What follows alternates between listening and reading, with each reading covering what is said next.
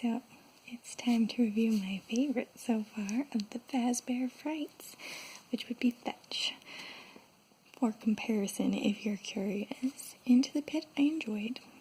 To Be Beautiful, I liked the concept, had a few issues with the execution. Count the Ways, I seriously cannot remember the plot unless I'm looking at my notes for it. So clearly that was a memorable one. So yeah, Fetch has been my favorite so far. I will say that this one did make me feel a little old, because I am almost 30 and have done texting for a good chunk of my life, but in this story there's a lot of text conversations that happen that are done like purely in acronyms, and some of them things that I didn't think people used acronyms to say, so either I had to go kind of from context clues or hope that they like extended it out as the full translation of the acronym in like the next sentence, because they'd like speak it out to each other or whatever every once in a while, or I would just have no idea what a text conversation was about. But other than that, which was probably my biggest issue with it, and it didn't honestly come up super much in a lot of ways, especially with those other kind of workarounds for it. But other than that, I really liked the story conceptually. It was very fun. Greg and his friends go to an abandoned pizzeria and find an animatronic dog that ends up syncing with his phone and doing favors for him. And the favors kind of get weird as the story goes on, and even just the dog originally syncing with him, he didn't think it happened.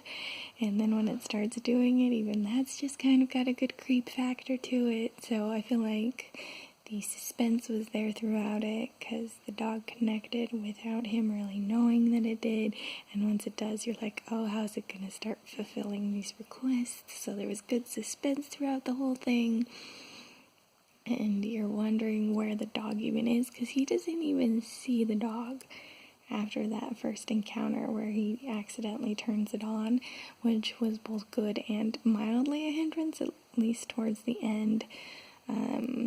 When some of those favors started happening, I kind of wished we saw more of the dog. And we did see the dog one other time, I guess, because he does end up cornering it and trying to destroy it. And then he goes back to the place where he destroyed it, and it's got all these marks left in the sand, and it's like implied that it rebuilt itself, but the dog's not there anymore. So there was good suspense and creep throughout this whole thing. And I really enjoyed that. I also enjoyed how the story was set up, because Greg, who is the main character, was also interested in random number generator machines, and he also was working on an experiment with his plants to see if he could change like their growth patterns and things by sending intentions and thoughts at them and stuff. And so that plays into you wondering if that's how he even turned on like the animatronic dog, because he wanted that to work.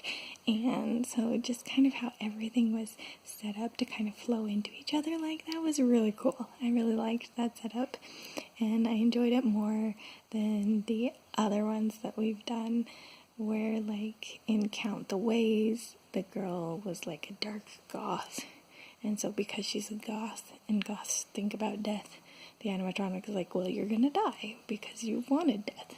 Or in To Be Beautiful, that she's depressed about her appearance, and that is like the catalyst. I liked that it was something outside of the person's feelings about themselves in this case, because he's just interested in these weird quantum physics things, and they just kind of play into how the story develops, and it was really fun that way. So I think that was the best setup that he's done so far too. So hopefully the next stories in the Fetch book, since that's what this one's titled, will be as good as the Fetch novella itself. But we'll see, and maybe this will stay my favorite and maybe it won't. I'll probably do like a ranking, I'm thinking, at the end of the whole Fazbear Frights thing, because I think that would be fun to be like, let's rank my favorites. And people have been doing like tier rankings and stuff. And it'll probably be way out of date at that point, since the last Fazbear Frights book comes out in like September. But I think it might still be fun to do that. So if you're interested in seeing that when I'm done with this series, let me know. If you've read Fetch and have thoughts on it, feel free to share below.